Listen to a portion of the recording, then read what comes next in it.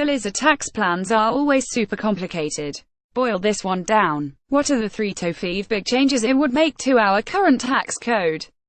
The tax bill announced today almost certainly will not be what ultimately is enacted. That is, if anything is enacted, but the top provisions are the reduction in the top corporate income tax rate, the changes in the pass-through rate for businesses, and the increase in the standard deduction that will wreak havoc with many of the most popular tax breaks for individuals, especially mortgage interest, state and local taxation, charitable giving and student loan interest.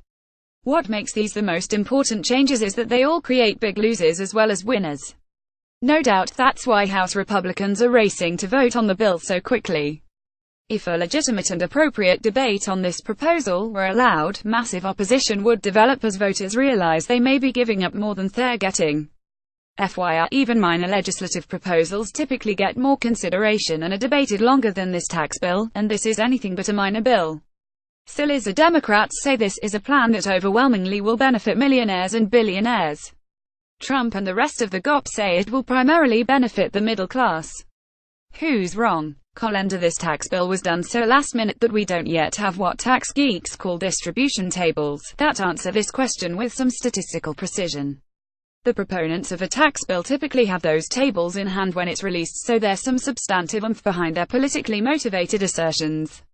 The fact that they didn't have them today tells you both that this bill came together at the very last minute and that you shouldn't take the Republican claims that this primarily benefits the middle class at face value. If it did, we would already have statistics to prove it.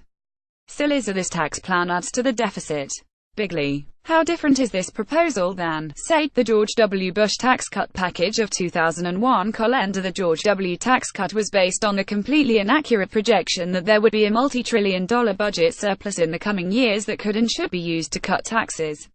The current tax cut bill doesn't give a damn about the fact that we already have a huge annual budget deficit that will get much bigger, I estimate by another $200 billion a year if this passes.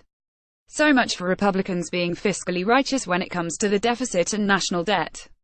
Silly's Trump keeps saying this is a tax plan that vulnerable Democrats, there are 10 Democratic senators up in 2018 in states Trump won, need to support this tax bill.